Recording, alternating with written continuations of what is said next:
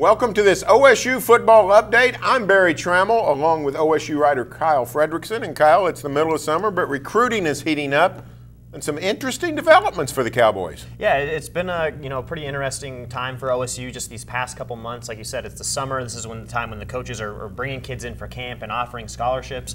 And OSU has 9 commits right now, which is a pretty healthy number. But when you look at the group from kind of a wide-angle lens, what surprises most is where these kids are from. It's no secret that through the past few years that Mike Gundy's relied heavily on Texas for recruitment.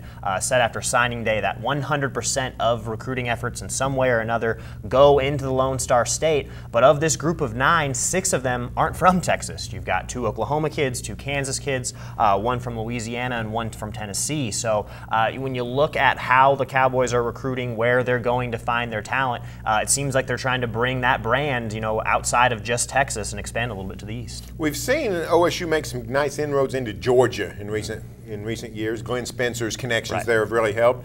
Is the Louisiana, or maybe more so the Tennessee development, is that an offshoot of that? Oh, definitely, and it does stem back to Spencer's time at Georgia Tech, and one of the graduate assistants that OSU has, and Eric Henderson, played for Glenn Spencer at Georgia Tech, went to a high school in Louisiana.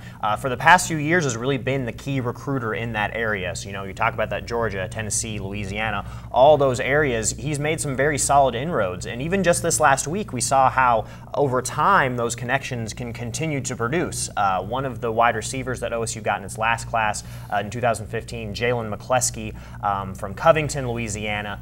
His father, J.J. McCleskey, is an evaluator of talent, works with high school kids in that area, really grew a strong bond with Henderson and the OSU staff.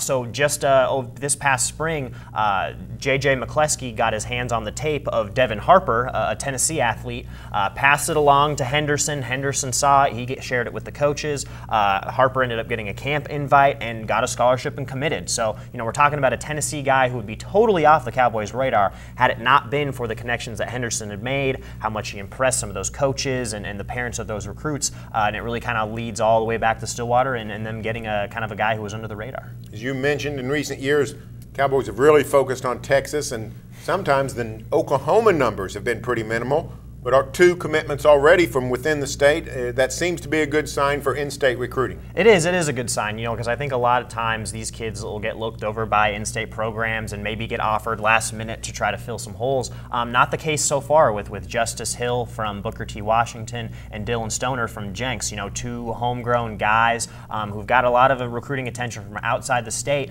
but they're guys that OSU jumped in on early. And, when you get that factor, that loyalty to come in there, a lot of these kids appreciate that and are willing to stay in state if they feel like they're playing for a team that believes them. Excellent information. Kyle Fredrickson. Stay tuned for further OSU football coverage here on News OK and every day in the Oklahoman.